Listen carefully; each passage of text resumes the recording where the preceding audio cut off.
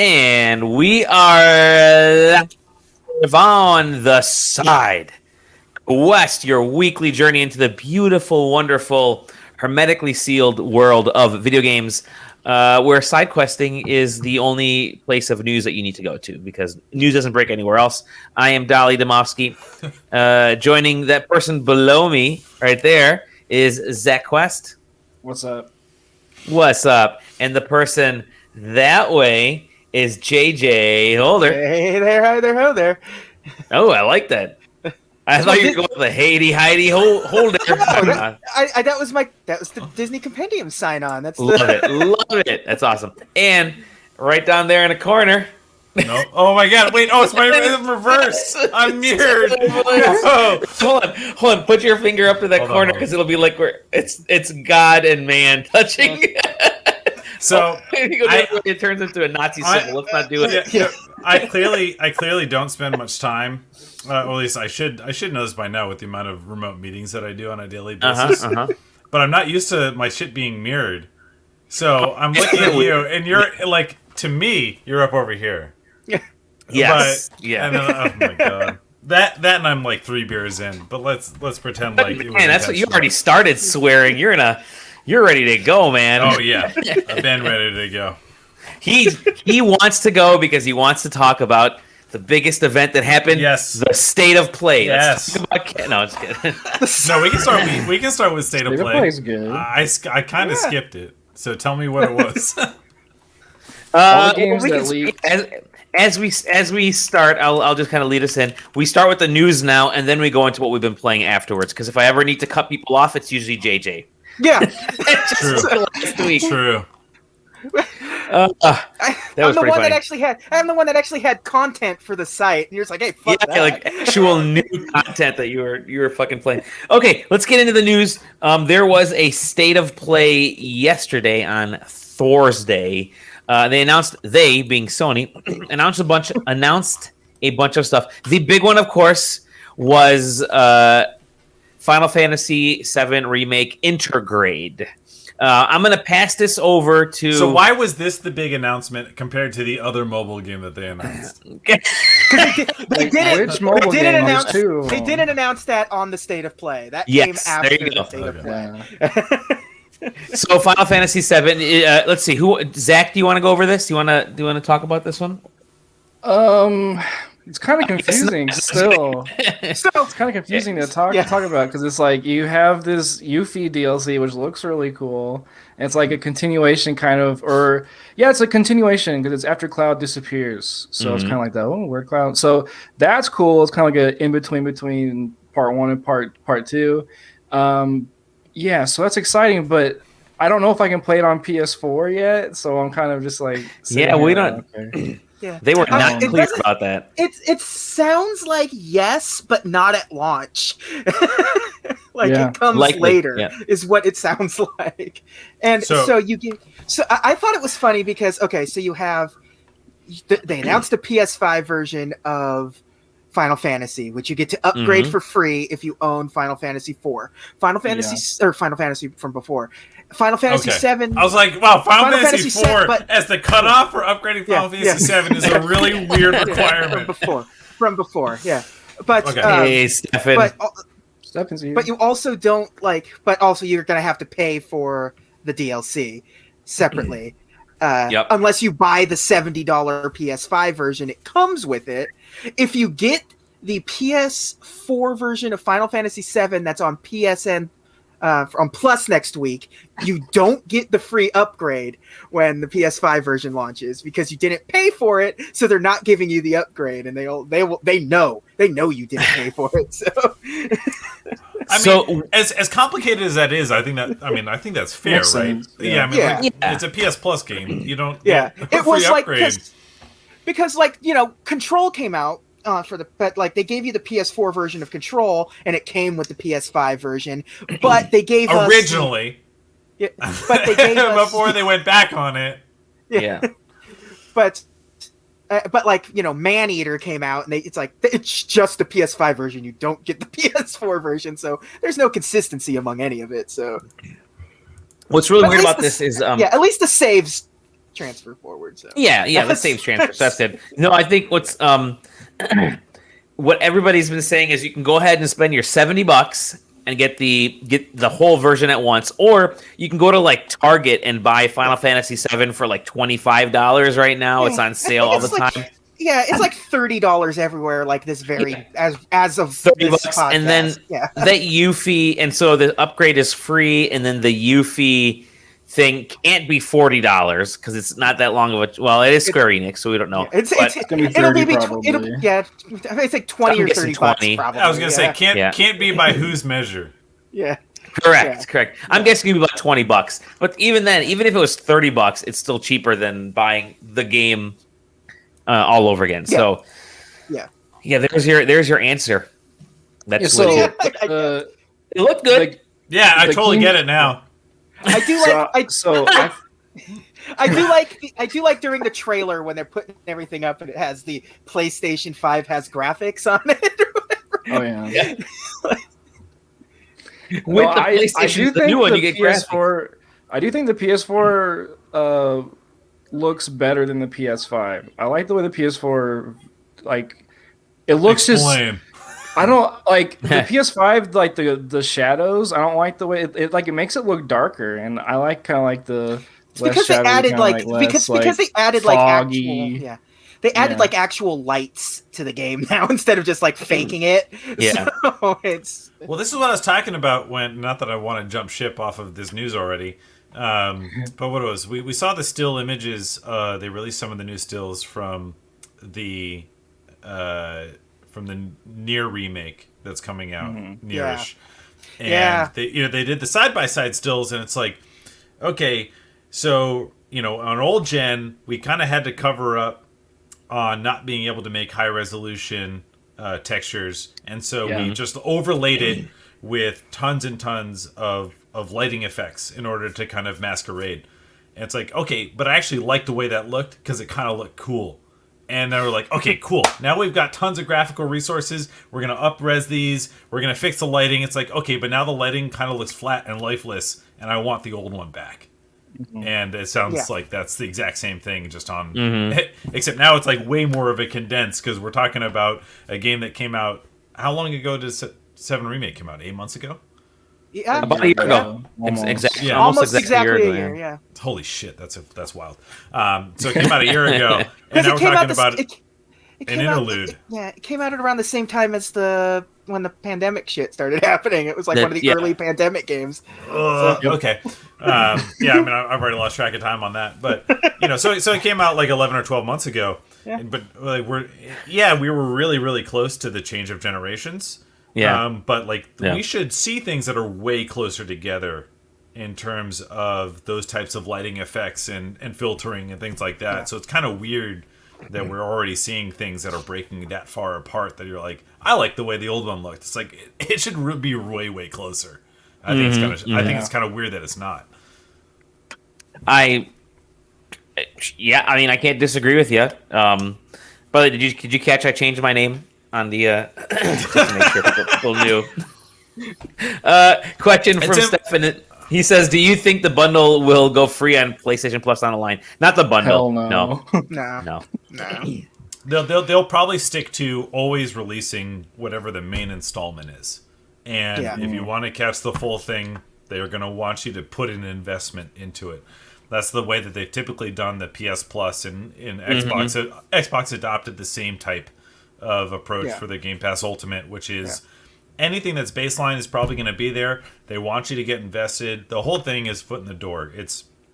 We want you invested so that you buy the DLC, so that if we ever pull it out and you want to be able to go play it again, you have to buy the base game in case it's ever not available to you again. In the same way that if for whatever reason you're not a PSN Plus subscriber again, you have to buy the base game to enjoy that thing that you're already invested in. Mm-hmm. I don't see them ever changing it up in any appreciable way unless we see a major shift on some generational level where somebody starts a new fad and that becomes the new thing of the whole complete package. But we haven't seen any evidence of that yet, I don't think. No. Control. That was the Control. The ultimate version is on PS Plus right now, isn't it? Yeah, and the but that's and the like base, that's the The base version's on Game Pass Ultimate. Yeah, the Game Pass. Yeah, exactly. Yeah. Yep. And Ultimate Edition is sort of becoming the baseline edition because it's like it is. Yeah, good point.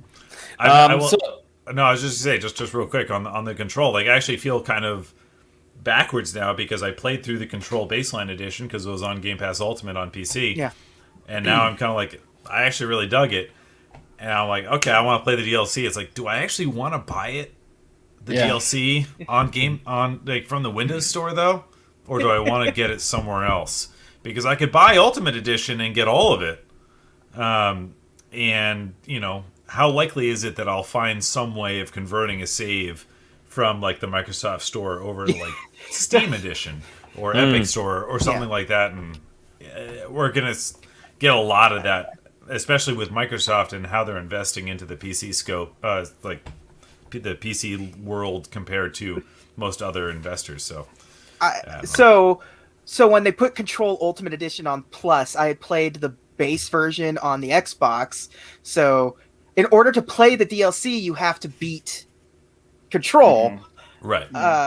And I'm like, I have to beat this game fucking again to play the DLC. Luckily, they give you basically cheat codes out the gate. So I just turned on everything that made me invincible. Okay. Right. And just like, I'm just going to power through it. And it takes only a couple of hours when you can't be killed and nothing scares you. So I was like, I just was able to power through it, beat it, and now I get to play the DLC, and without any, fair enough. On. So that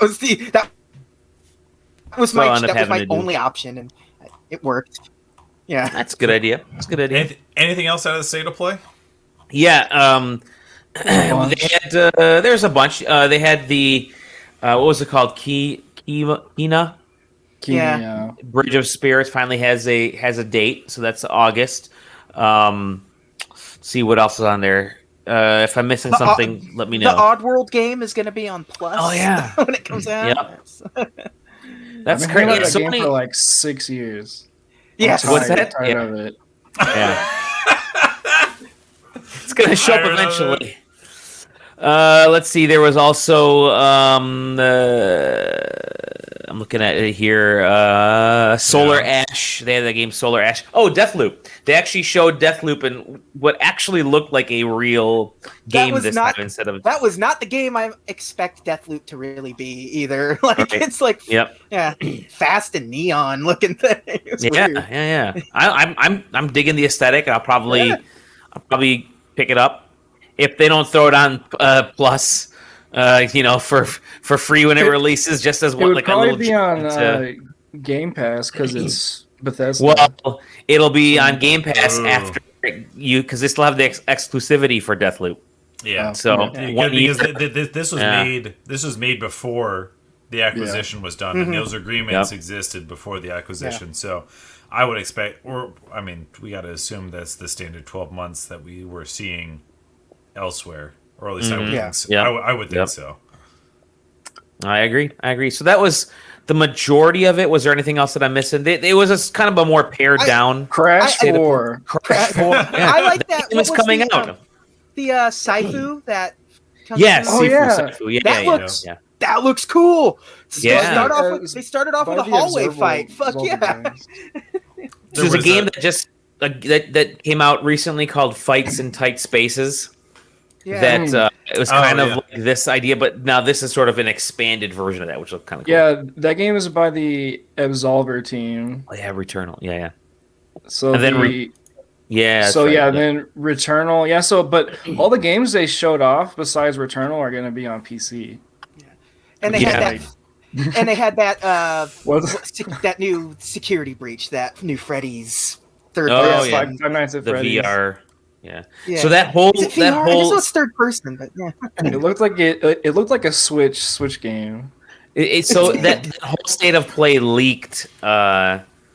Somebody posted it online somewhere, and I was trying to find the message. Maybe it was on Reset Era, or wherever. But they said no. Here it is. Here's everything that's happening, and everyone else is like, no, it's not. They're going to talk God of War. I was one of the folks that thought they would talk God of War and Horizon, but nope. They're just like, here's the stuff that's coming out between now and June-ish. Yeah. Good luck with it.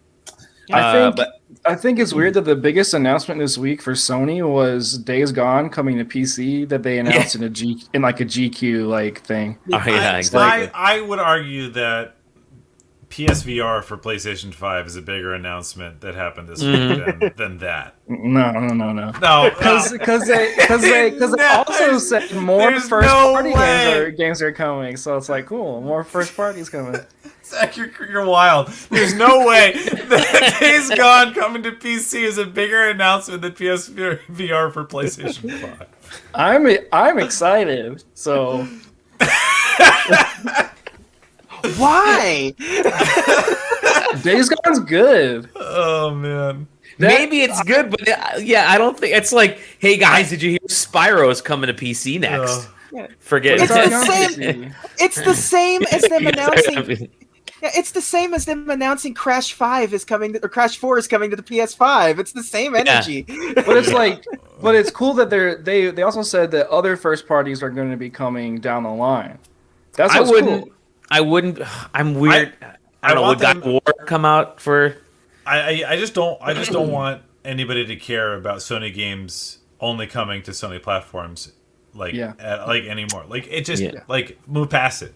Like I granted, it's tough because Microsoft obviously has specific vested interest in PC because Microsoft makes Windows. But the reality is that the PC market is growing and is growing really fast. And pretending like PlayStation is gonna exist permanently just on PlayStation consoles is gone. Like it's over. We passed that about 3 years ago. It's just gonna happen. So, but Sony's just like gonna pretend like every exclusivity argument is every announcement forever. And then I hate it. you know at least with Nintendo, I know that when a direct ends and I get to see the announcements of like also coming to PC, like that just happens automatically. PlayStation still pretends like these are exclusives, and they're not. It does. It takes the actual publisher to mention it afterwards. Exactly. I definitely want to see Gran Turismo running on a PC. Yes. Oh god, that would kind of be badass, especially with the. I would guess that's going to be the one thing that they're going to keep their death grips on, of making sure that it actually doesn't go to PC. We forgot a game. I saw it too. Yeah. The dodgeball game they showed on the Nintendo Direct. They showed it off way. They showed it off way better here. Yeah, they actually made the game look good. And now all of a sudden I'm like, hey, there's actual like gameplay. It's not a really shitty Fortnite advertisement. Just EA just really letting you know they don't give a shit about Nintendo. That's so true. They have the same trailer for every game. Their trailers are exactly the same. Yeah. Oh Lord! So there's the Sony stuff. So that was, it was kind of a heck of a week. You mentioned the PSVR 2, and basically them saying, "Hey, coming this year, relax, folks. It's gonna be better." But I would hope that's so. all we can kind of see. Kind of hope so. We're gonna have technology in this that is in the PS5. So it's like, we know DualSense stuff we knew was gonna come to those controllers. It just seemed kind of like an obvious, but. Can they make new controllers? Just make new controllers for this thing finally? I that's what they're doing. Suppose they're making new controllers. I wouldn't be surprised if they're similar to what the Oculus is using or the Vive, which has sort of the rounded. I will say this though, the big surprise for me would be, or the advantage for me would be if Sony makes this headset PC compatible, because they said it's going on one cord. Right, so you don't have to have like the 8,000 HDMI pass-throughs, all that kind of stuff. No way. USB-C. I mean, so the PSVR is the top-selling VR headset, right? I think the numbers have put it like at more than like the Vive and the Oculus in a weird way. At least it was up until last year. Just because it was the only thing out there that people could afford, whatever. Yeah.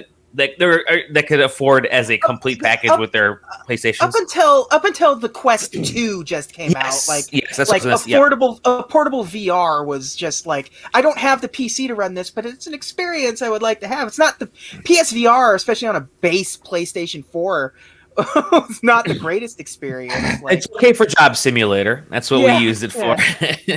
but I think I'm hopeful, and it's a higher res machine. I'm really hopeful that they do make it PC compatible, because then they could really push the market in interesting ways. I hope 0% chance. 0%. No way. There's no way that Sony releases that thing and makes it PC compatible. It's not going to happen. You can kind of get the PSVR running on a PC. Yeah. All right. So it's not Sony doing Are it, we though, changing? Are we changing the bet to say that it's going to be possible to run it on PC? Or are we saying that Sony is going to release it so that it runs on PC? You can buy a dongle. I will say Sony will release it, and they may sell a dongle later on that says it'll function on PC with this dongle you buy from us. I will see you in 2025 when that actually comes out. I love it. All right, let's move on to the Pokemon Presents, which is Pokemon presented. We got 37 minutes to talk about this, so let's go. Right, let's talk about new Pokemon Snap. That was the only news that was in there. It's not. No, that game looks good. Okay, game's coming out. It's got Pokegram, Instagram built into it. But Pokemon Snap. I guess it'll be Pokemon Snap was the best thing in that whole presentation, hands down, no question. The second thing they showed was Brilliant Diamond and Shiny Pearl, the remakes of Diamond and Pearl. Yeah, so the chibi everybody short version of that game. Well, to be fair, everyone was chibi and short in the original game too. So. Yeah, but that was like you had a chance to iterate on the visuals, and you were like, "Let's make them look worse," and then you did. Yeah, I don't. I think so. I was excited because I saw a different company is doing this game. Cool. It's not Game Freak. Awesome. But this is some company that's done like a mobile game ad for like Hatsune Miku Domino's Pizza. So it's like it would be like pretty cool ad, to be honest. No, it's real. Like it's like a real thing. Yeah, they did that, and they did like. Do you not remember the Hatsune Miku Domino's Pizza ad from years ago? See, this is why people make fun of you. This is why people make fun of you on Twitter. It's because you don't remember the Hatsune Miku Domino's Pizza Twitter ad. But yeah, it's like, why give it to them? You have infinite money. Pokemon has infinite money. They could give it to anybody. They're like, Game Freak literally looks at it and was like, yes, these are the ones. We must give it to them. Oh my god, I found the Hatsune Miku Domino's Pizza ad, and I'm totally sharing it right now. Yeah. Oh, Lord. That's what people play the volume, next Pokemon game. It's great to hear him try. Do you know? Game Freak is wild. Like, when are we going to get the full, true, tell-all experience of how Game Freak has managed to make it as long as they have? It's like, I despite themselves in most cases. They're making a Pokemon game! Pokemon! It's like they're using every... Okay, alright. Yeah. Hatsune Miku. You could point the app at your pizza box, and it would do a Hatsune Miku concert. That was This is incredible. Would you like to listen to her sing about pizza? Sure. And they also did like cutscenes for. Oh my gosh, she's dancing on pizza too. Of course she is. Are you fucking kidding me? She's using the pizza as a stage? What the fuck is going on? Oh, the disco ball's a domino. It's a domino cube. I love this. All right, I'm shutting this. I'm stopping this bad boy. All right, that's amazing. Yep, beautiful. This is what we're missing out on here. Yeah, that's Diamond and Pearl, baby, right there. Dang, the 3DS looks ccrazy.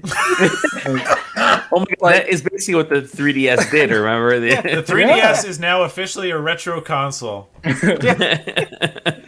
Final Fantasy X is now a retro game. It really is. I'm gonna play the Pokemans. Sure. Okay, so I think the art style is like fine. It's a lazy like translation of the game. Like cool. Yeah. I mean, it doesn't look as bad as the other stuff, but whatever. Like, I'm gonna buy it and play it. So I don't really. I had Platinum. I think Platinum's the one that everybody likes, right? Yeah, Platinum's like Platinum's just the duo, the greatest hits version. Yeah. It's the director's cut of this game. Yeah, the Pokemon Yellow, Sure. I always think of like the Crystal. Crystal, yeah. Just look at it, dude. That looks like it's they're all I mean, like, yeah. It doesn't upset me in any way, shape, or form. No, it's gonna be fun. People are gonna play this and like I don't it. care. Right? Yep. It's meant to be taking a DS Pokemon pixel-based game and just turning those pixels into 3D. I think it's and then you get to the actual battles and they're no longer chibi, which I think is fantastic. Everything is like full scale. I always thought Dawn was one of their that Dawn character design was one of their better like main character design, playable character designs. Oh yeah. Well, there you go. Coming out later this year, so that's a good thing. Okay, now let's get to the meat of this. The heavy hitter. Post Malone. You're gonna watch "Only Want to Be with You" music video. Only want to be with you. You still got that. I have a lot to say. Yeah, you still got that timestamp that I sent earlier. We'll hit this eventually if we watch the whole trailer. We're gonna watch this Pokemon move at 5 frames a second. It's gonna happen. So I'll have you know. No, I'm just kidding. I just want to like ask a question and just like talk and see if I'm crazy. But so you have Pokemon that's this like $1 billion, $1 trillion probably IP, right? And they have bigger than Apple. They have it's not trillion, but I love these guys. They have a lot of money, right? I'm just gonna throw that out there. They have a lot of money. They do. And I see this excuse from people on Twitter like, oh, it's a game for kids. Who cares if it looks good? That's not even an excuse, right? Because Zelda's for kids, Mario's for kids, and those games look good.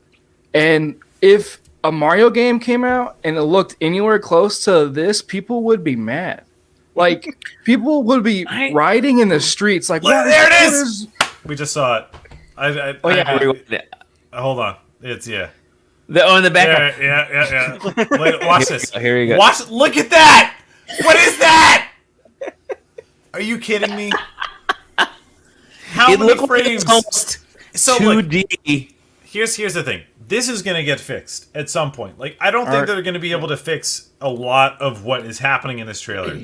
What we just saw at that point where it was like 5 frames a second, that's probably going to get fixed. Yeah.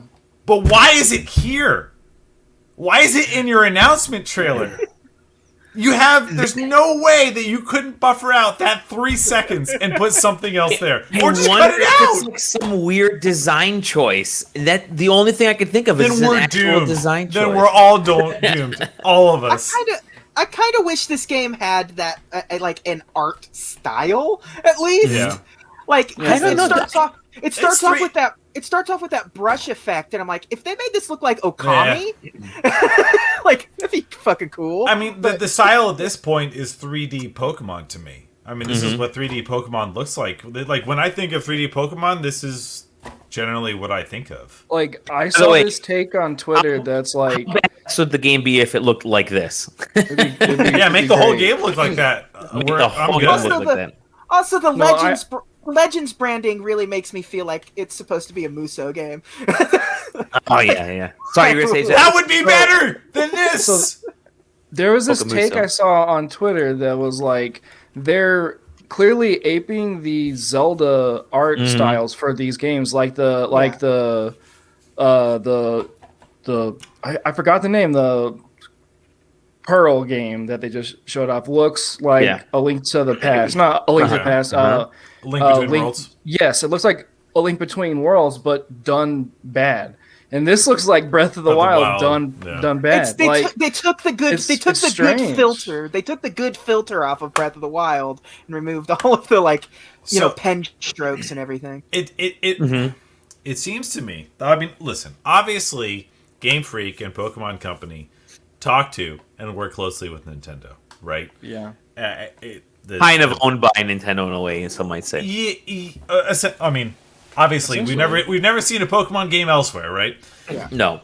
And yet, So I think there's obviously some creative liberties that they get to take advantage of here without repercussion. They're clearly taking advantage. I mean, like we already saw the comparison of that first Breath of the Wild swoop in, and then this swoop in on these two trailers. What is just weird is that they, from what I can tell, based on the appearance of these two trailers, is that what they don't do is take in any additional technical advantages and know-how and incorporate that into the development process. They take in some of the artistic elements and are like, yes, let's incorporate that, but let's not ask them how they did it. Let's just try and redo it.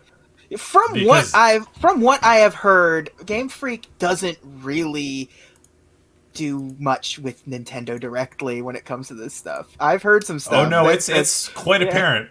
Yeah, so you're not too far from the truth with like there's apparently not that much communication between Nintendo and Game Freak. It just sort of comes when it comes for Nintendo, and they have to deal with it for the most part. True. It's just I just wonder how they get the money for it. Like who? Like, I mean, I guess does Game Freak get money from Nintendo, or is it just like a understood like Game Freak gets money from the Pokemon Company? Well, Pokemon Company, yeah. The Pokemon Company. So Pokemon Company is like, hey, you make these games that are ugly, but people buy them, so we're just gonna keep giving you money. Like that's just what happens. Stefan, don't make Metroid Prime 4 look like Zelda. I don't think you have to worry about that one at least. Here's what I'm thinking, ready? And what I believe is they showed this version with really crappy frame rate because that's what the Switch can handle. Oh, this is gonna be a hot take. Let's go. Ready? The hot take is hit me. I know where this is going. Yeah, they're obviously there'll be they can't show the higher quality version that will be on the Switch Plus until they announce the Switch Plus. And then they'll be like, hey, this is the crappy version you're going to get for the Switch, but check out what it really looks like on the Switch Plus, where we make this go a whopping 10 frames per second in the background. But I do think this is So they said this is early next year, and I think they lobbed this out instead of just saying 2022. Instead of just saying we're working on this, they made it a point to say early next year because the Switch Pro, Switch Plus, Super Switch, whatever launches holiday.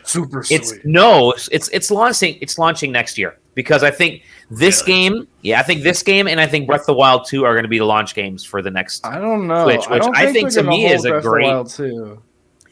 Breath of the Wild 2 isn't coming out this year. It'll launch. It'll launch 5 years to the day from the original Breath of the Wild. Did Breath of the Wild launch same day on Wii U and Switch? Yeah. Yes. It did. Okay. Yep. Yeah. I couldn't. The switcheroo. I couldn't remember. No, I think these are your two launch games, and to me, that's gonna upgrade. That's gonna get everybody to upgrade their console. That's a lot of money. That's a lot of money, and people are going to be throwing down the cash. We don't have any launch window on Breath of the Wild 2 yet, right? No, they have not. And they're purposefully not saying anything because they want you to get ready. Yeah. How long are Zelda cycles? Stefan asks. They're six years. So, Majora's Mask was actually 3 years after or 2 years? It was one of the shortest. It might have been 2 or 3. Yeah, it was right. I think it was 2. I think it was 2. So, and I think that's why Breath of the Wild 2 is taking so long. Is they're maxing out. They have to basically build it for 2 consoles again, for the Switch and Switch Plus. So, Jay first says Minish Cap was the best Zelda. Don't at me, Jay.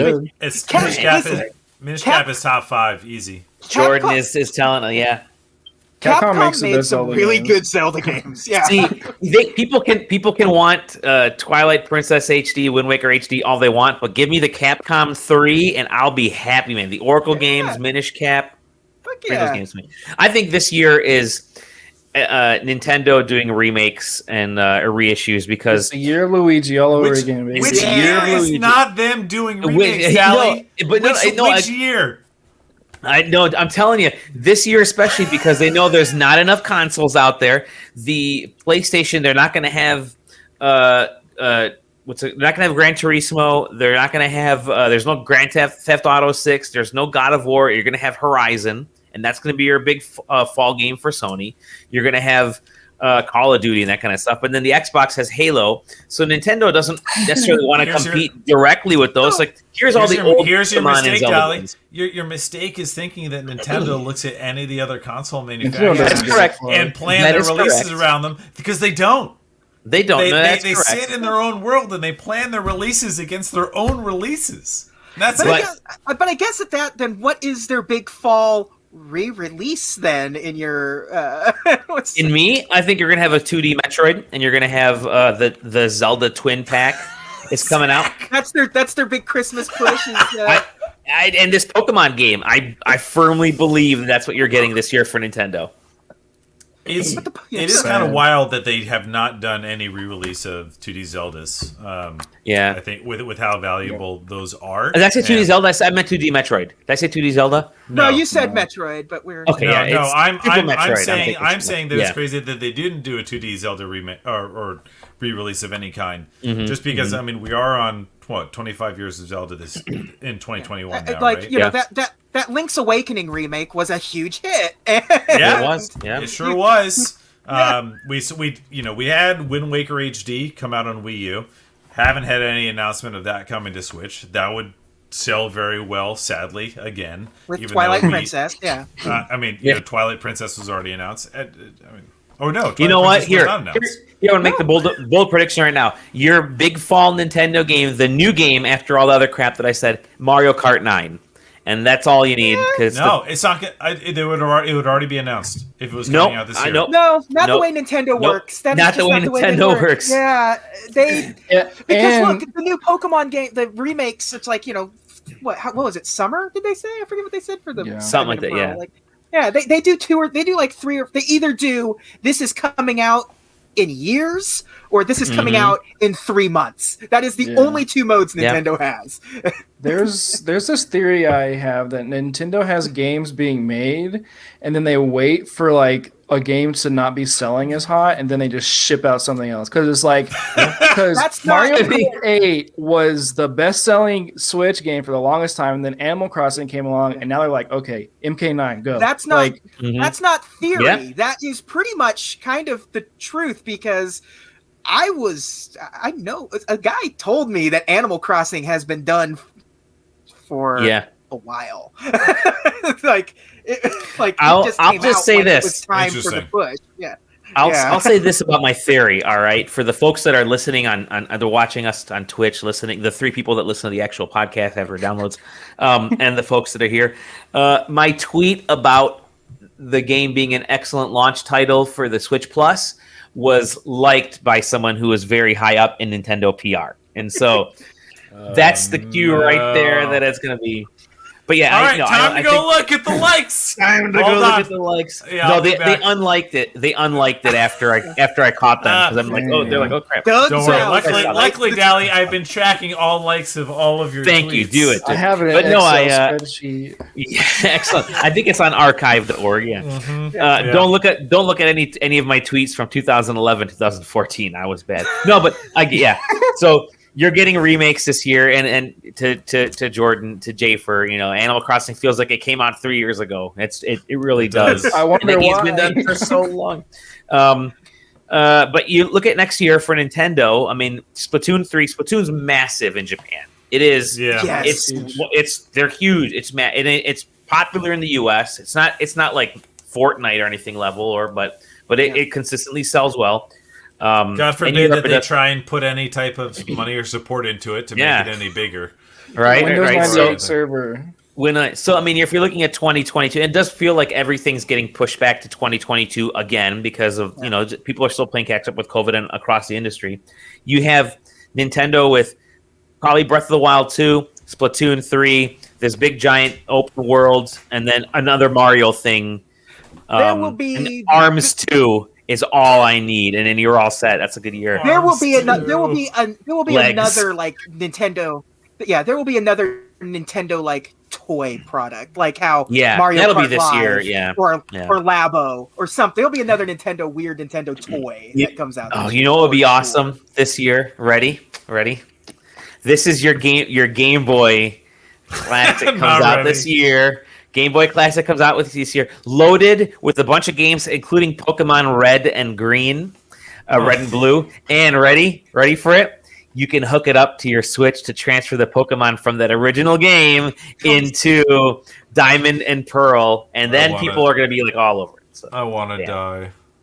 Well, they already have that with like Pokemon Bank and stuff. Yeah, so. I kind of expected a Pokemon Bank something from them because that makes a shit ton of money. That Pokemon Bank makes a shit ton of money. Yep.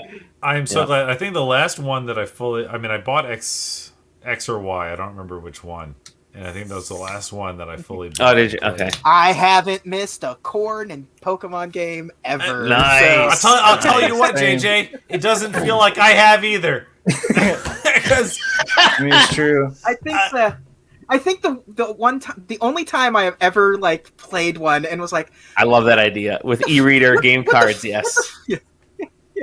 The only time I bought one and really felt like, what the fuck am I doing with my life, is when they put out like Black and White 2, and I'm like, wait a minute. Black and White 2, like people love Black and White 2 because they actually did a sequel to an actual game. Black and White 2 is good. But then it was the Ultra Moon. I had no idea what that. Oh no! Ultra Sun, Ultra Moon. From what I understand of the internet, people like Black and White 2. People did not like Ultra Moon. Ultra Moon sucks. Ultra Moon. That's what I know. Ultra Moon was Ultra Moon and whatever was it? What was the Sun? Ultra Sun and Ultra Moon. It was just Ultra. They were both Ultra. Because they were the same fucking game. I sort of expected a difference, but no, everything's exactly the same except like a couple new Pokemon. It's been the same game. But this is great because I can actually catch up on a lot of these old games. Because you know me with old games. Hey, I'm going to move on real quick here because there are a couple more news items. Yeah. I want to say that I was right. Tony Hawk's Pro Skater 1 and 2 is announced to come to Switch. So there you go. Honestly, Tony Hawk and Smash Bros. Perfect feeling game. Perfect feeling game on the Switch. Honestly. I think so. I think it'll be fine on there. And then PS5, Xbox Series X and S, the all-in-one media and entertainment game console from Microsoft that serves both. You remember when they had that convoluted name for the Xbox One? Oh god, that was amazing. Yeah, it can integrate with your cable box. Yeah. But listen, that was an interesting thing. I had to feel bad for whoever came up with that because, like, obviously that probably was fairly early in the development for the Xbox One. And so, like, this is gonna be sick.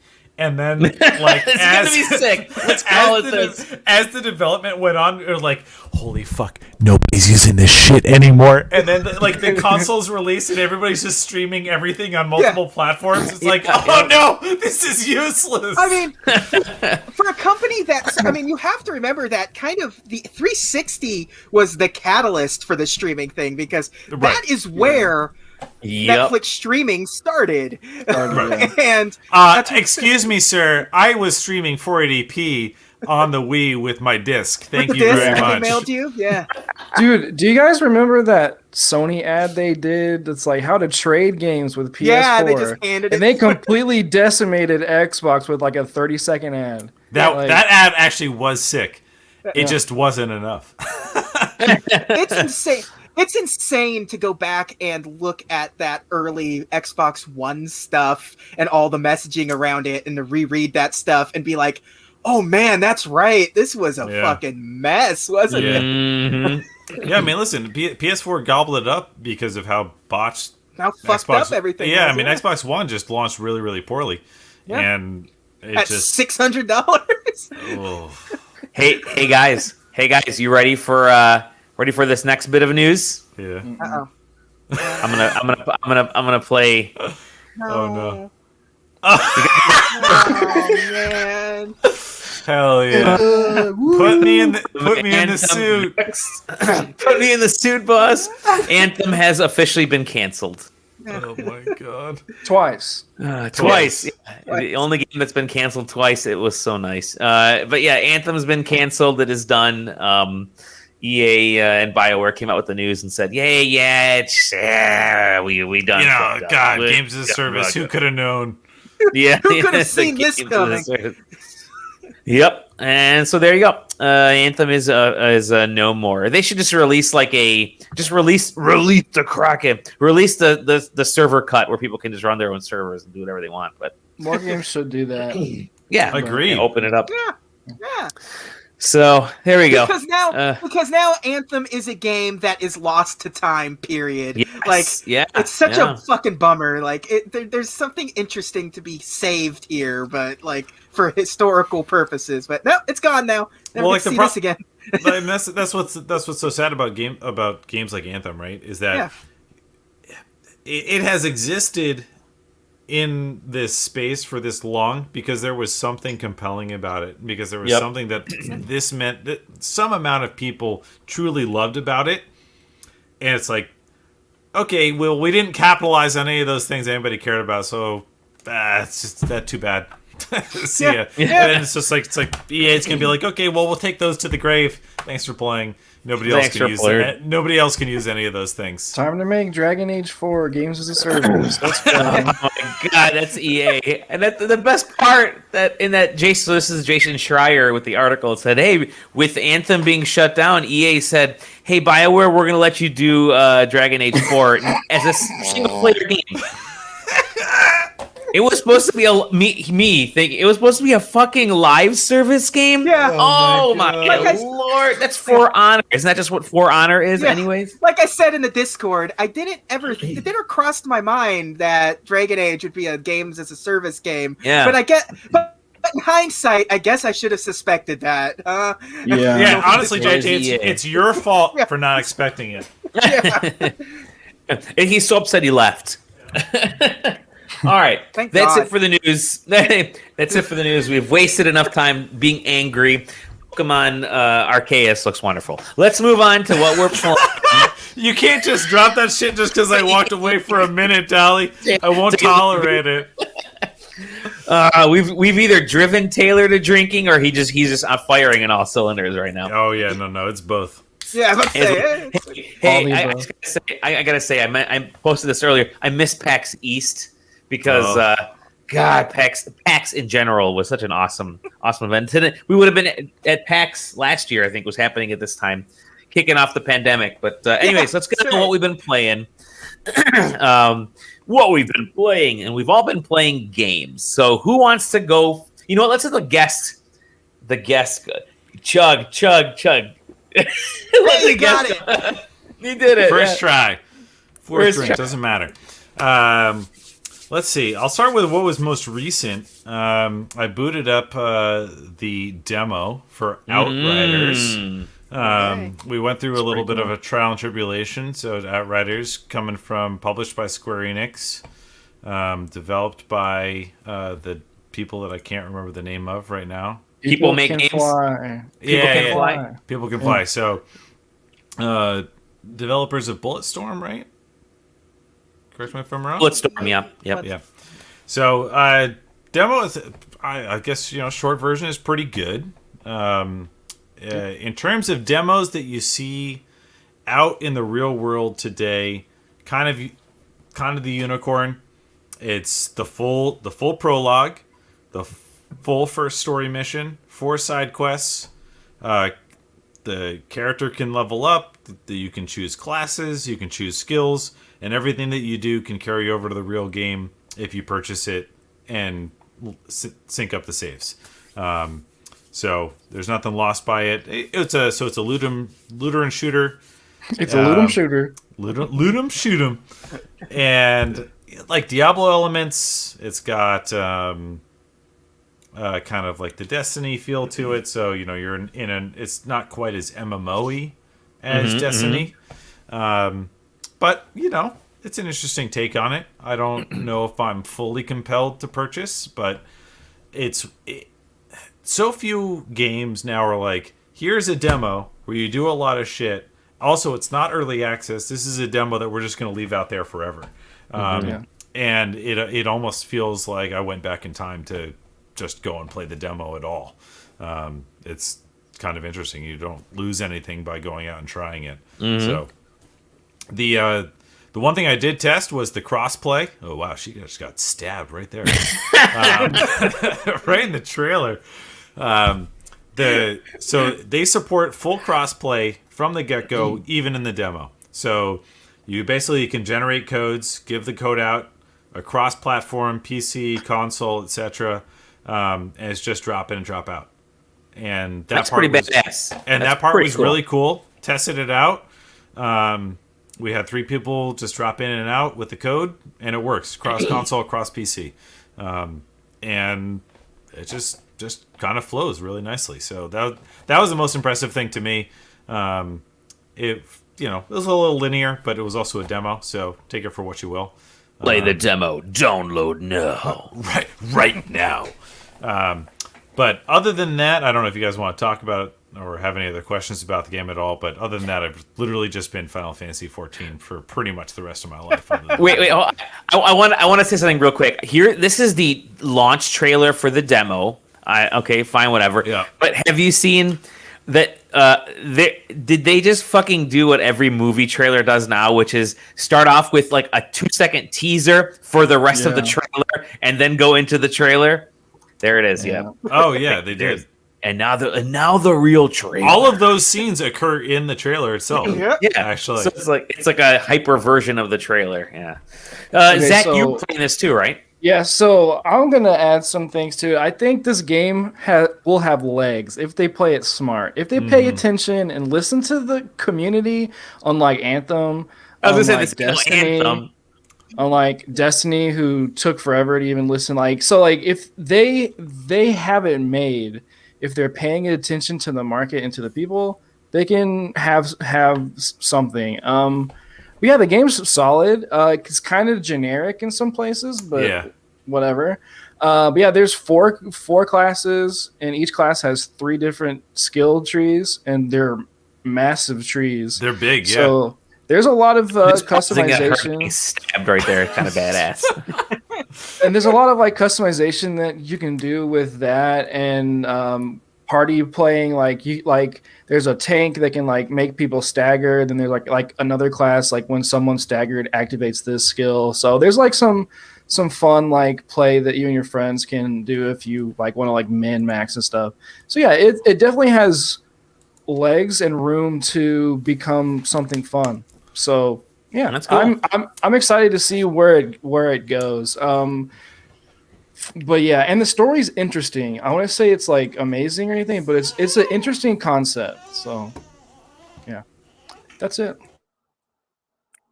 That was Taylor crying over there. It's okay. It's Outriders is good though. He was thinking about Pokemon. He was thinking about Pokemon. That's what it was. Whenever he's ready, he can tell us what he started. Oh no, we lost Allie. No, I'm here. Can you guys hear me? No, I hear you. Yeah, I can hear you. No, we just couldn't hear you. Oh, really? I was the one that left. Yeah. You were the one, yeah. We were ripping on Pokemon. My very, very young daughter heard us talking about Pokemon Arceus and was like, had enough. Daddy, why is it so ugly? Daddy, maybe Pokemon will be good when I can play them. My eyes can't see 15 FPS. Oh, goodness. How old's your daughter now?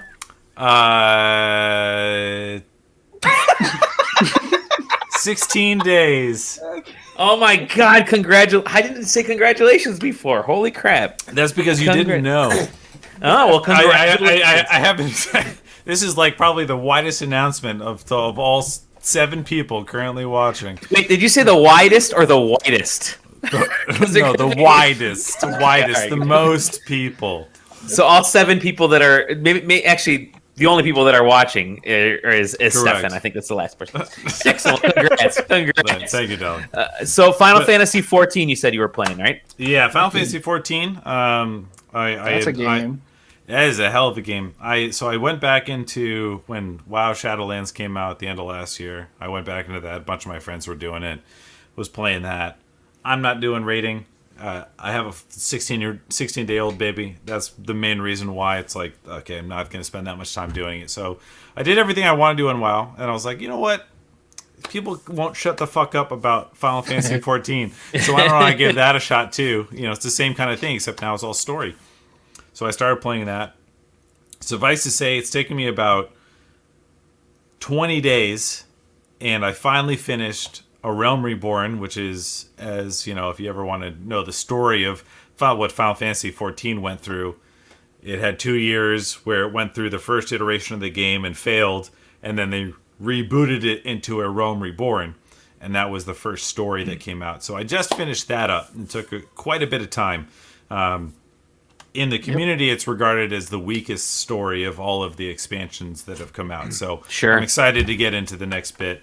Heaven's Ward's so good, dude. Heaven's Ward has been very well touted by many of the current players that I'm familiar with. So I'm excited to move forward with that. I haven't really been playing much else. I'm looking through my Steam Pro, what else have I been playing it? I played Cyber Shadow. JJ talked about that last time or time before that. What do you think? Cyber Shadow was kick-ass. Loved it. Had a really good time. It was a perfect, if assuming that you can dedicate the time to it, weekend game. Okay. You start on Friday night, you'll finish it by Sunday evening, and assuming that you're not very bad at video games, unlike me, who's very good. I'm very bad. Actually, I busted out. I bought this controller for fighting games. Oh my god, that looks awesome. And so I have a fight stick too. 8-bit though? Is that in 8-bit? No, this is a Hori fighting. Hori, got it. Fighting commander. Those Hori pads are good. And so I love my fight stick, but when I was playing Dragon Ball Fighters, the fight stick is actually a little too slow for fighters for me. And so I picked up the controller to kind of to compensate, because I'm old. Not as old as Dally, just old. No. Still half my age. You're old, but half my age. It's really weird. I cannot believe you're in your 60s. You look great, by the way. Thank you. But so anyway, I played Cyber Shadow, and I was like, you know what? This feels like a Genesis game. I'm gonna play it on this Genesis looking ass controller, and I actually had a lot of fun playing it that way. Nice. It was really nice, because it's got the right, it's got the triggers and everything like that. But Cyber Shadow was a lot of fun. I think I liked the Messenger a little bit more, because the Messenger just had a little bit more fun with playing into itself and stuff like that. But as far as a true 16-bit classic type experience, Cyber Shadow eclipsed it a little bit. As their follow-up to Shovel Knight, it doesn't top Shovel Knight in any way, shape, or form. So I mean, Shovel Knight is such a particularly special experience by comparison. I would hate for any development studio to make Shovel Knight their first game, because it's just hell yeah, let's get another Shovel Knight game in there. It's anything else that comes after that's gonna be so difficult. But Cyber Shadow is really good. They did the right thing by just keep making new Shovel Knight expansions with different characters. Yeah. Yep. I'm going to hand it to this era of indie devs. I mean, and Unity. Everybody's using Unity right now for a lot of these games. They're able to take a lot of those. They're looking at nostalgia from not necessarily copying old games, but actually kind of taking what's good about those old games and using modern technology. Like you mentioned, Shovel Knight, Cyber Shadow, Messenger. These games hit on Cathedral, which I've been playing. These games hit on Panzer Paladin. It's like this is the best stuff they've learned about what's the best stuff from the old games. They're kind of using the same visual style to capture that a little bit of nostalgia, but everything is so much higher quality, and every game that comes out, the majority of them, I should say, are pretty fucking awesome. Because every week I'm getting a review code. I'm like, "Hey JJ, would you?" Before I even finish, is send it to me. Sure, there's a review code coming in, so and they're all good. He always comes back with "This is fucking good. This game is fucking good." And I'm like, "Damn, I should go for myself." The thing that's cool about games, at least, is pixel art is kind of a timeless art. Yeah. It doesn't really matter when it comes out. It's that looks good. So it's appreciable no matter what. That, and that's what's impressive. Is especially, I mean, it's a reason why anything that gets released current gen, hand drawn, is always going to have a certain level of appeal no matter what, because if it's done well, it always looks good. Like that's just it. It's Legend it's of like, Mana. it's yeah, I was about to say it's like when they showed Legend of Mana at that thing. It's the same thing. That game, dude, was that a shit PlayStation. it looks so good. It was a PlayStation 1 game, but you can barely tell. Like it is so timelessly beautiful looking. Yeah. Anyway, I just wanted to respond to Stefan real quick. It was 20 days of real time, not 20 days of in-game time. Okay. I've been playing for about 20 days. There you go. Because 20 days of in-game time, sometimes it feels like 20 days of in-game time. But that the story of the first release of Realm Reborn is really long. And it's definitely the longest. Yeah, it's gonna. Which is fine because it took me. Like I played a lot. I mean, I'm not looking to get fired by my job, but it took me a lot of time. Only because we were talking about Unity, and there was one other piece of news. I don't want to jump too far back. Sure, go ahead. But the Amazon Luna head, the head of Amazon Luna did leave and get gobbled up by Unity this past week. Actually, I think that was like within the past 48 hours. Yeah, if I'm not mistaken. So not that we have to spend too much time talking about that, but it is a bit of important news. Stadia fell only a couple weeks ago. There's a great piece on. What you mean a year ago? Well, I mean, you know what I mean. But no, there's a great piece that somebody I wrote today or posted it today. But it's been kind of the theme that's been going over the last year. I think Grub even had one of you guys. Was it you, JJ, that posted Grub's tweet from like November or something? But these big companies, Google and Amazon, they don't want to invest in the game making portion, and they're definitely not pushing their company brand. It's not Google enough. It's not Amazon enough or Twitch enough. It's just they're trying something that they can never possibly catch up to anybody else to because they're just so far behind. So there's. Well, what was it that I saw? I mean, one of the first things that resonated with me was Google made Stadia to ramp up the server infrastructure to match what Microsoft was achieving with xCloud back when it was still xCloud, and that resonated me with a big way. I mean, my actual job is in kind of infotech, so that's probably one of the reasons why I related to it.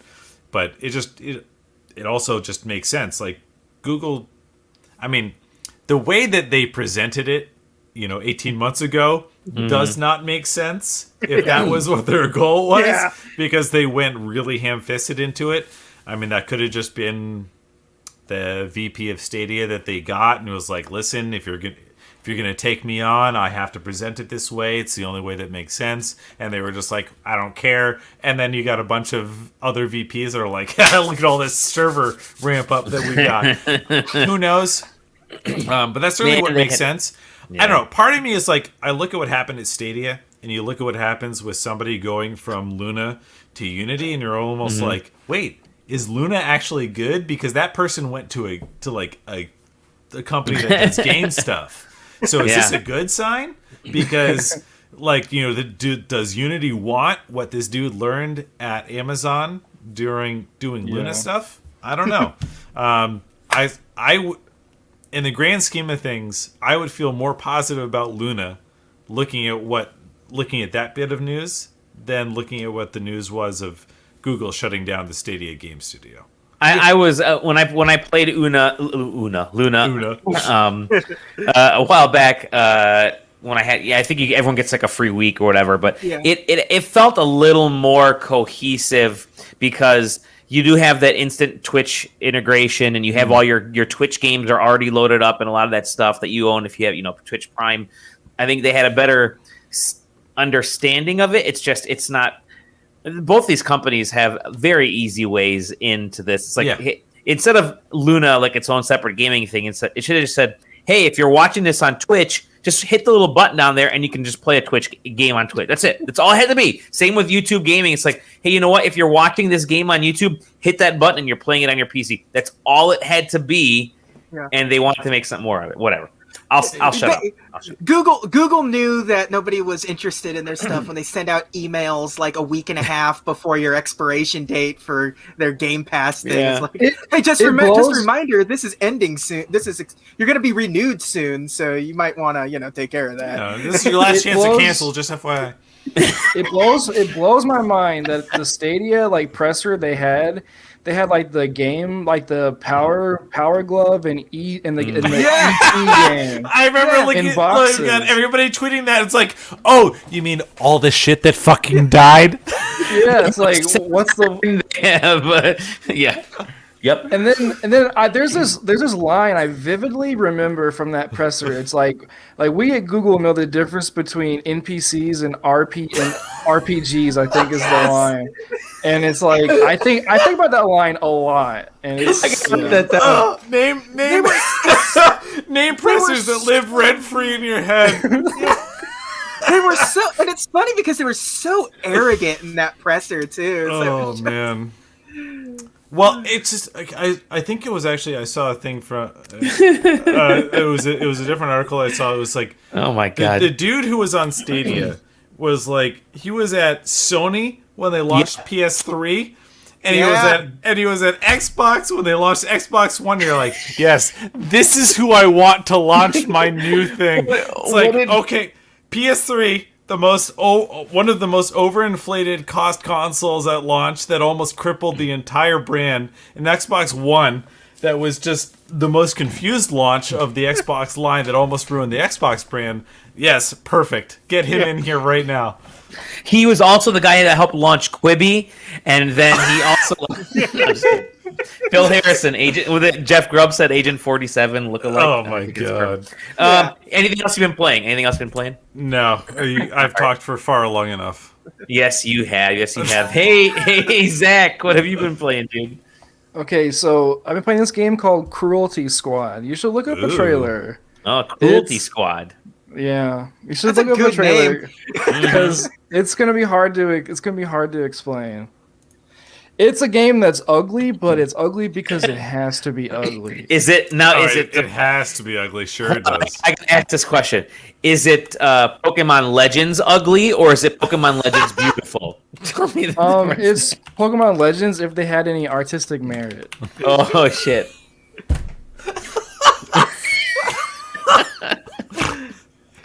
Oh no! What is this game? What style of game is it? Cruelty Squad is this abstract, first-person shooter. Playland said, "Oh snap!" which is great. Pokemon Snap. I'm not sure what he's referencing there.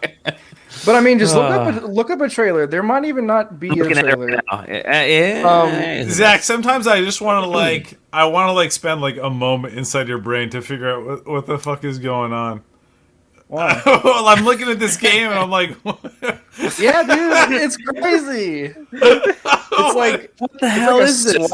SWAT game. It's like SWAT and Deus Ex, but you play as this guy that's like a corporate hitman. You go and you kill people who own corporations, kind of. Here, this is from PC Gamer.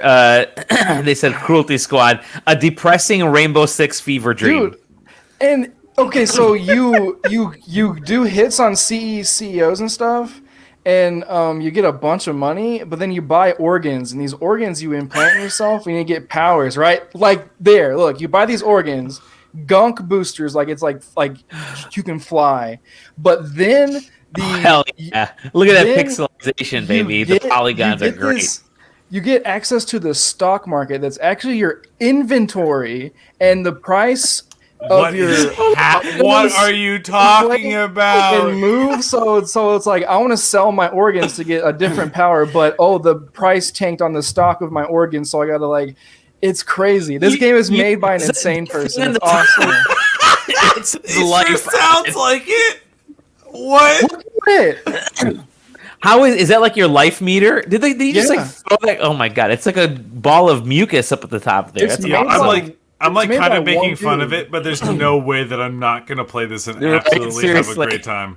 Yeah, it's made by one dude. It feels fun. It's like a SWAT 4 kind of thing where you're infiltrating, sneaking around, trying to speed run stuff, getting powers and stuff. It's really cool. And that's awesome. Yeah, like it's a game of pure joy. Beautiful. Like, I better stop sharing so it doesn't chew down my my internet.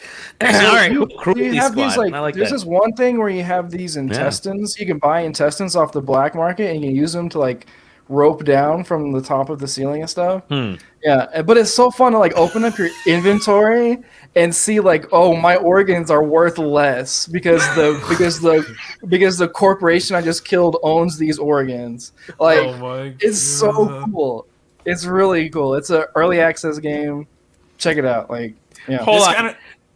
You've given me 2 quotes so far, Zach. You've given me, we know the difference between NPCs and RPGs, and you just gave me, oh, my organs are worth less. And I really love both of these quotes. It's sick, dude. This reminds me of the first time that I saw a clip of Super Hot when it was in early access, and it gave me very similar feels. Yeah. I think awesome.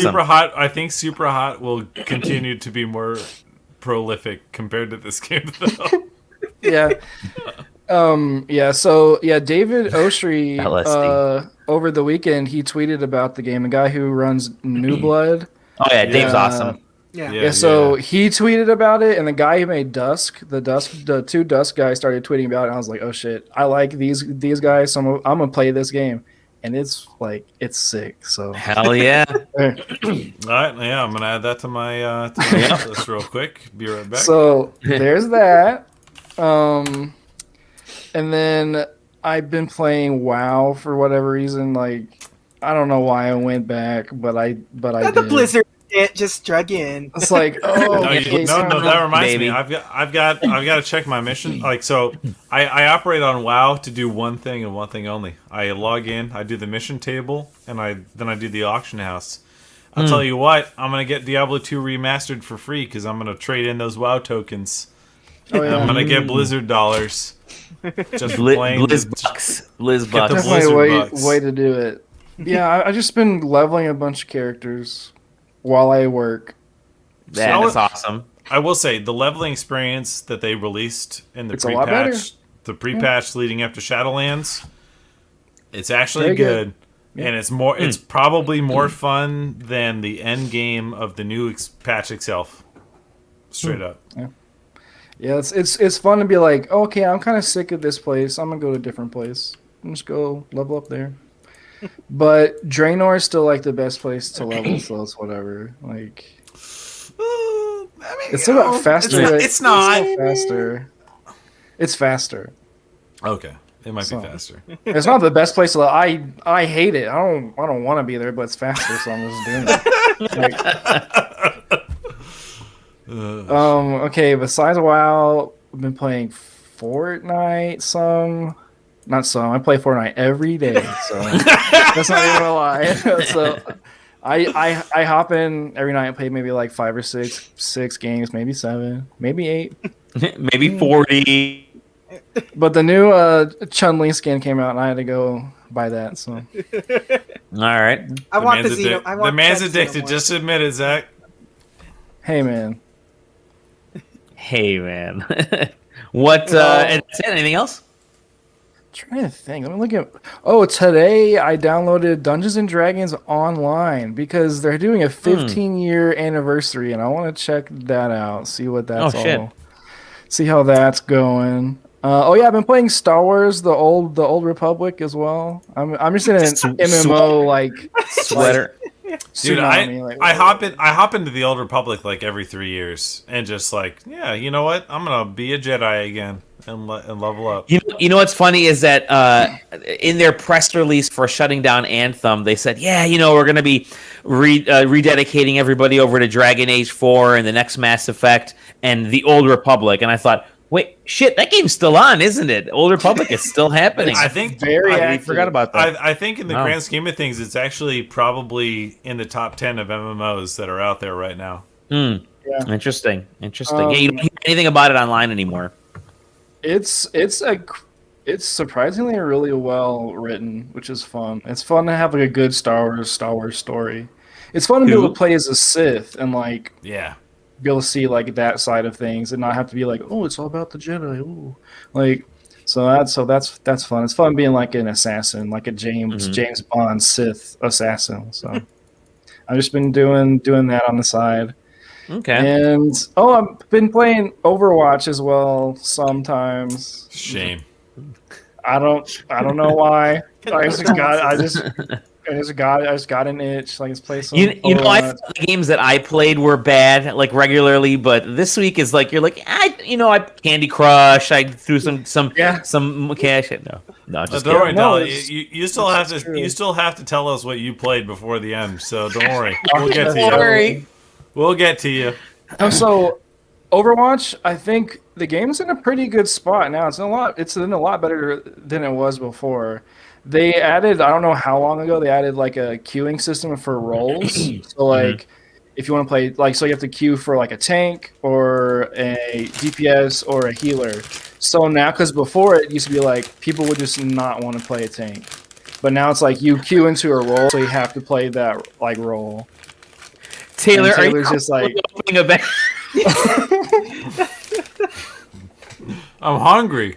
Are those sweet potato chips or are they Doritos? No, No. better. Oh yeah. Oh, dang, look at that. That's what I'm talking about. Yeah, so Blizzard's in kind of a weird place right now, I was going to throw in there, where, all their games are essentially nothing brand new is coming out this year. There's nothing massive coming out this year. Everything seems to be pushed to next year at the earliest. So it's like, let's throw other, some little things out there, I guess. That's what remakes. Yeah, okay, so I gotta add to this queuing system that they added, though, I think is interesting. So if you play as like a role that people don't want to play, like a tank or a healer, because everyone wants to be like Hanzo or whatever. I like playing healers and tanks, so I'm just kind of fit into that role. What's healers, cool is you get tickets. You get these tickets. So if you play as a tank, you can be like, okay, I got a free ticket to be a DPS now. So I'm going to exchange this ticket to be a DPS in this next match. So I think that's interesting. It's a cool system to come up with to combat people not wanting to like fit into roles and like, so. Valve tried that with Dota 2. Yeah. A little while ago, where when they had role-based matchmaking. I don't know. I can't remember if they still do it because I haven't played Dota 2 in quite a while. But they did the same thing. It's like if you do random, where you've got a 99% chance to end up as a support in Dota, you'll essentially get the opportunity to say, I get to pick my role, but keep fast queue. Right. Yeah. And it seems to be the best of. It's definitely a good middle ground to make people less mad and make people, I guess, happier. But that's kind of impossible. But yeah, that's all I've been playing, really. I can't really think of anything else. Besides my gacha games on my phone, that's it. What's your gacha game of choice? Fate Grand Order is usually my choice. Oh my god, he's one of them. It's Sony's most profitable IP. That's crazy. Shockingly enough. So, I mean, look at it. It's huge. How many anime does it have now? It's absolutely ridiculous. It's absolutely ridiculous that the Fate franchise has become this like not unstoppable. It's like, you mean this like erotic visual novel from the turn of the millennium? Listen, here's the question. I remember. God, I can't remember exactly when I saw it, but it was like you look at what Nintendo tried to do with Fire Emblem Heroes and Dragalia Lost, and it was like, you know what Fate has for it? It's like, how lootable are the characters, and how open to looting are they? Because the more open to looting you are, the more likely it is that your IP is going to survive the test of time and expand. And you know what? That's what happened with Fate Grand Order. Yeah, it's a franchise founded on smut, and it's there for it, man. I will say that it has a good story. That's it. I read it for the articles. Oh my god! Awesome. All right. Well, let's go on to JJ. the person up there. You got it. Look at that. You nailed it. This is how I'm doing it. Ready? I raise my hand up and then then you change, and he's like JJ, what are you playing? You got a bunch of couple review games. Well, one is a compilation, you might say. That'll be the one I'll spend more time on because it's the one I've spent more time with. But, the first one was that Dragonborn code that you sent me. It is a Game Boy game on Steam. And when I say it's a Game Boy game, it actually, before it came to Steam, they like released it as a physical Game Boy game or a ROM. Really? Yeah. It is a Game Boy RPG. 100%. There is no. Oh yeah, look at that. The battle system is Pokemon. It is the same visual. If you see the battle screens, it is the same behind the shoulder of the character while the villain is facing you, and you have your menu of like 4 choices: attack, magics, items, whatever. And it looks like Pokemon. It plays like Pokemon. The rooms look like Pokemon rooms. Yeah. It is 100% a Game Boy game. I'm not super deep into it right now, but I can already tell that I will definitely play this all the way through. A big boy. You see that? Yeah. What's kind of funny is they said, "Hey, how do you want this? How do you want your copy of the game?" I know. They said, "How do you want your copy of the game?" I'm like, "What do you mean? For review code? Like, do you want a Steam? Well, they go, do you want a Steam code or do you want the ROM for it?" And I'm like, shit, that's crazy. I was really considering like going to their site and grabbing the ROM because as much as I like this game, I don't really enjoy playing it on a PC. Sure. It's kind of hard playing Game Boy games. Okay. It's kind of hard playing Game Boy games, like because when you open it up, it's just a little tiny window. You have to open. So what would you play? I have a Game Boy. Like I have a flash card. I can just put the that's badass. This would be sick on a Retro Pocket, honestly. Yeah. If I could buy one. Yeah.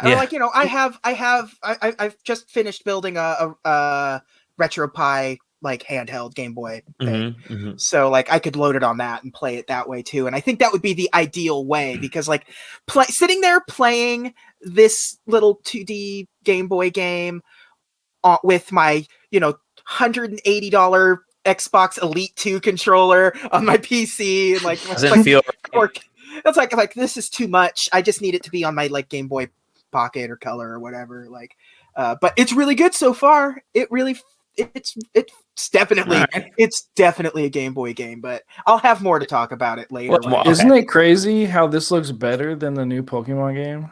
I'm just going to go ahead and say that. I knew that's where that was gonna go. I knew that was gonna do.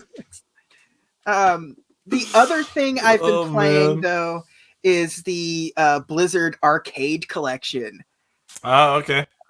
Which is a great name because not a single one of these games is an arcade game. So true. Good title. This is one of the better retro compilations I have ever seen because they go above and beyond in a weird way. So it's got 3 games. You get the Lost Vikings, you get Rock and Roll Racing, and you get Blackthorn. Blackthorn is the one that nobody knows anything about. That was a game that sort of existed for somebody like me and nobody else. So you get so Lost Vikings, you get the SNES version of Lost Vikings, you get the Genesis version of Lost Vikings, and then you get the definitive edition of Lost Vikings. And that is, they've combined the two because the Genesis version had like more levels and a 3-player mode where the Super Nintendo version had better music and like visually was more. So they just kind of combined them into a sort of perfect version of the Lost Vikings. So you get the extra levels and the 3-player mode with the best parts of the Super Nintendo version, the original Super Nintendo version and stuff in there too. Blackthorn, you get the SNES version, which is the original version. You get the PlayStation version, and you get the definitive edition, and the definitive edition adds an auto mapping feature that wasn't in there. It's the Super Nintendo version because The Super Nintendo version was rotoscope, so it looks like Prince of Persia. It's that kind. It plays like that. It's a lot that flashback Prince of Persia, that genre of thing. And the 32-bit version, that they call it the 32-bit version in this for whatever reason, but it's just 3D graphics, just redone in that game. And so that's cool. I think the best update is Rock and Roll Racing. Because that one you actually get 4 versions of the game, although one of them's kind of not really a new version of the game. You get the original SNES version, you get the Genesis like update that included like a new track, and so Rock and Roll Racing is one of those like RC Pro-Am style racing games, and with a rock and roll soundtrack. Like Born to Be Wild is the theme song to this song. Like you boot it up and Born to Be Wild starts blaring. But they're MIDI versions. As it should. So but they're MIDI versions. So, they're the licensed tracks, so the actual like licensed tracks, but they don't sound great. It's more nostalgic than anything. The definitive edition actually has licensed music. So it's like the SNES Genesis version blown up. So now it's 16:9. So they made it widescreen and it has like the actual tracks, like the actual CD quality tracks in it now. So it's no longer the MIDI stuff. And it has then that's the fourth option is a 4-player mode. And that's the one that just feels like they've actually, or sounds like they've actually put some care into this rather than that's cleaning up runs for Blizzard. That's true.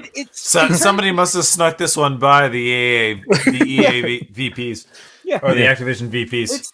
And it has a fantastic museum section that just it's got like documentaries and photos and soundtrack stuff. It has 2 soundtracks that you can listen to. They don't give you the Rock and Roll Racing soundtrack for obvious reasons, I'm assuming. But they definitely snuck this one by.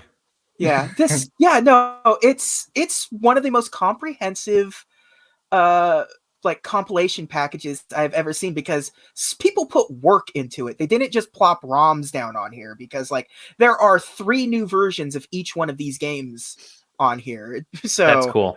Yeah, and it's not just the simple stuff like, hey, it's this, and we also added a rewind feature and whatever, like save states or whatever. I mean, it has that stuff. It does have that thing that the SNK collection added, where you can, like, if you choose the Genesis version, you can just start watching a playthrough of it, and at any time you can just jump in and start playing from that playthrough where that playthrough's at, which is a great feature to have. If you don't want to play through the first half of this game again, you can just fast forward straight to the point you want to go to. But yeah, man, it's a great collection. The games the games. It sucks about the games though. But. Yeah, that's the problem. It's like Lost Vikings is an okay game. Rock and Roll Racing's a fun 16-bit era racing game, and Blackthorn is not particularly fun. It's a weird action, like it's definitely a comic book style thing. Like the cover art was drawn by Jim Lee of the game. So like it has that aesthetic, but it has that very like Todd McFarlane edginess to it or whatever. It's Blackthorn, it's trying to have a metal like look to it, but it doesn't really pull it off, and it's just you. It's what if Prince of Persia had a gun? It's basically what it is, and it's just not a great time. It's not a great game, but the package itself is really, really comprehensive and cool. So yeah, Blizzard doesn't really have a whole lot more that they could have included in this that wasn't like licensed anyways. So because they worked on some DC stuff back in the day, but. Yeah, this seems like this is a really cool package. Just the overall, it's a really cool little like when we were talking about Match of the Millennium last week, where this is a really cool, just like Blizzard like history thing. Like those 3 games have always been the ones that they have coveted as like these are the ones that we'll go back to, and then we'll include like. When they did Heroes of the Storm and stuff like that, like there's a reason why the Lost Vikings are a character it's available to play in Heroes of the Storm and stuff like that. Which car from Rock and Roll Racing is in Heroes of the Storm? It's actually funny. Before they actually killed their ongoing and put Heroes of the Storm into the back burner support style year and a half ago, there was like continued love, like especially after the last Vikings came out. I was like, okay, how are we going to get a car into Heroes of the Storm? To be fair, they did put I forget what, like Olgoth or whatever, in Rock and Roll Racing. So I mean, like it's a connected universe. So it's oh my god, it's a Blizzard multiverse. It's a multiverse. It's a cinematic universe, I should say. Yep. It's gonna be on next week's episode of WandaVision. You're gonna play. Yeah. What else have you been playing? Hitman VR. Hitman, nice. All right. How's that feel in VR? Good. Yeah, but you are playing it like it's a PS4 game in VR. So like Hitman looks beautiful, and when you try to downscale it to work on VR, it gets it gets less beautiful. It becomes like significantly less. Like I think I mentioned it when I first got the game, but it just always sticks out to me. If you do like the Dubai mission, like there are like hot air balloons in the background that just kind of flicker in and out of existence while playing in VR and stuff. You're like, and it's just that's the way the game is. So does the VR headset run at like 30 frames a second, or what? Is it 60 or is it 30? It's 30. It's 30. So I'm assuming, it's not great. Like, yeah, when Taylor and I were playing Outriders, the cutscenes are in 30 frames a second, and it just hurts going from like 144 frames to just like 30. It's like, dude, and that's watching on my monitor. If I'm like, because I have a Oculus Rift 2, and like putting that thing on, if I'm looking at that thing in 30 frames a second over my eyeballs, there's no way. Yeah, no, I will die. It's not. It's not. It's definitely. I hope that's the one thing. Like the PSVR 2 is like sort of is powerful enough to just be there for this shit, because there really isn't a PSVR game that looks good and runs good at the same time. So, yeah. I mean, which Resident Evil was it? That was like 7. But even that wasn't stable. It just doesn't look great. I mean, it's stable, but it's not like in VR. It doesn't look that good on a PS4. Like, they definitely went for performance over visuals. Yeah, and because Resident Evil 7's really like a really good looking game. But when you're playing it in VR, it's significant. It's like playing the Switch version. Right, it's really a streaming Switch version that was out there. It's like Doom on the Switch, where it's like it's kind of foggy and they're really hiding shit from you. Yeah. I think they also settled for Doom on the Switch being at 30 FPS. If I'm not mistaken. Oh, it is. It's 30 FPS, and you can tell with Doom. It makes me want to cry. Yeah, because it runs really well. It's a solid 30 frames per second, but it's still Doom at 30 frames per second. I'm not particularly an FPS snob for the most part, but like Doom and racing games, I definitely noticed. Yeah, said it. Oh snap! Oh snap! Anything else you've been playing? Nope, nothing. That's all it. Right. Hey, I so you Octopath guys know Traveler. How I played Octopath Traveler. Let me show you what Big Daddy has in store Please. for the next 14 episodes of the SideQuest, because I'm opening it right now. Look at that, Bravely Default 2. Oh my god, are you serious? No, don't worry. No, I will not talk about Bravely Default 2. I will talk about the game that I'm playing for review right now. I'm going to share the screen here. It is Hero U Rogue 2 Redemption. So actually stop this. Let's talk about Bravely Default 2. So I'm a big fan of those old Sierra games, and obviously Quest for Glory was a phenomenal series. Was known as Hero Quest for like a hot minute there. Yeah, sure. Well, the creators of Quest for Glory created, they're the people behind Hero U, so it's kind of set in that sort of that sort of style of you're a thief and you're becoming a hero. You start off as a rogue, which it almost feels like doesn't matter which question you answer at the beginning of the game when you set up yourself, you end up with the rogue. Anyways, it's like sucker. But it's a point and click. It's got which I love that style. You're seeing the stuff from the very first portion of the game. Took me 40 minutes to figure out what to do. Yeah, it's got cards, just like every old Sierra game had some type of card game in there. There's a cursor? Use a cursor. It's like cursor and tap on the screen. And it's like totally reminds me of those old Sierra games, and it plays just like them. The kind of 3D visual style isn't like the greatest, but let me go back to this. There you go. Check that dude out. That is like an awesome pose that he's got. Is he wearing a tunic with a hoodie? Is that what? Yes. Yeah, he's got the hoodie behind him right there. I think it's tunic. But just like those old Quest for Glory games and those old Sierra games, there's a lot of humor in this, and it.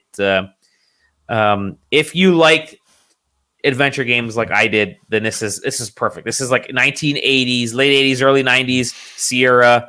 It's great, and it works well on the Switch because it's got a touchscreen. So I would get it if you. This review. That's it. I'm really excited. Yeah, I kind of want to hear the final thoughts on this because. Yeah. So I just started playing it today, so you'll hear those final thoughts when it gets done. But yeah, that's it. It's all. I'm not going to talk about the other stuff that I've been playing because you guys heard about it before. What other stuff? Let me tell you guys about Outer Worlds. No, still playing the Outer Worlds on the old Switch. No, I haven't. Is it fixed on Switch? Is it? Like... Let me just say, guys, cool. It's better than what it was. I'll leave it at that. Okay. So it's running. So how many more frames per second have they added since its launch? 3 or 4?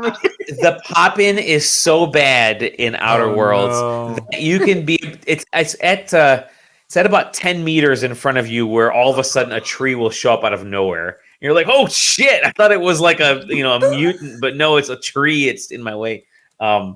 So yeah, that's still a bit of an issue, but I'm still amazed they got it to work. I mean, maybe on the Switch Plus with the next Pokemon game, we'll really gotta get that fixed. But I'm kind of plowing through that, and I started Miles Morales and the original Spider-Man back up. I'm like kind of playing both of them at the same time for some stupid reason. That's ill-advised. I'm sorry. It is ill-advised. It is ill-advised because one plays a lot better than the other, just from a control standpoint. The tweaks they made to Miles Morales are their quality of life stuff, but it is pretty vast. I mean, you really do notice that difference. It's almost like it's a sequel. Yeah. It's almost like it's a sequel. So, yeah. And that's it. That's all I've been playing. And, obviously Mario Kart on my phone because I want to kill myself. Obviously. People play that game? I want to harm all future possibilities of me enjoying Mario Kart by playing Mario Kart on my phone. That's how bad that is. Yeah. Not a fun thing. Sorry about that. But that's it. It's all been playing. That's it. I'm not going to talk about any of the other games. It's all good. Octopath Traveler? I did not play Octopath Traveler. No, I haven't started the Project Triangle strategy, but that'll be next week. I'll talk about that. All right, that's it. That's what this week's SideQuest. We knocked it out in an hour and 40 minutes. That's good. Very good. I can keep going. You guys say the word. Block. No, just kidding. I muted him again. Taylor, thanks for joining us. I think it's right there. Look at that. You forgot the trick. Things are gonna go that way. No, thank you for joining us. I know how to do it because I know if I point towards Jar Jar where it's gonna go, so I have to go. I was gonna say. Okay. I just gotta remember what side my door is on, and then I'll figure it out. Taylor, is there any place people can find you, or would you? Sure. I mean, you can please feel free to check out my one tweet a year on at Taylor Bliss. What the hell? If we had you and Sam on there and Ryan Gann, it would be like the one tweet per year. Folks. Gann tweets like 18 times like more than I do. That's true. You know, he's Gann is way more into the interacting with people and riling them up than he is. I'm into interacting with people. I'm just not into riling them up. Yeah. JJ, tell us where we can find you. The _double_J on Twitter and DisneyCompendium.com. Thanks, Playland. Thank you, Stefan. And Zach, where can we find you, my friend? You can find me at OKQuest on Twitter. Yeah. All right. I don't even tweet. You just retweet. You just retweet. And you can find me on at Dolly Demovsky all over the place. Retweeting all of the hot Pokemon Legends fakes. With that, sidequesting.com at sidequesting. I think sidequesting TV on the Twitch, and that's it. We'll see you guys. Take care. As in the words of the great Sammy Sosa. I don't know. Something on TV.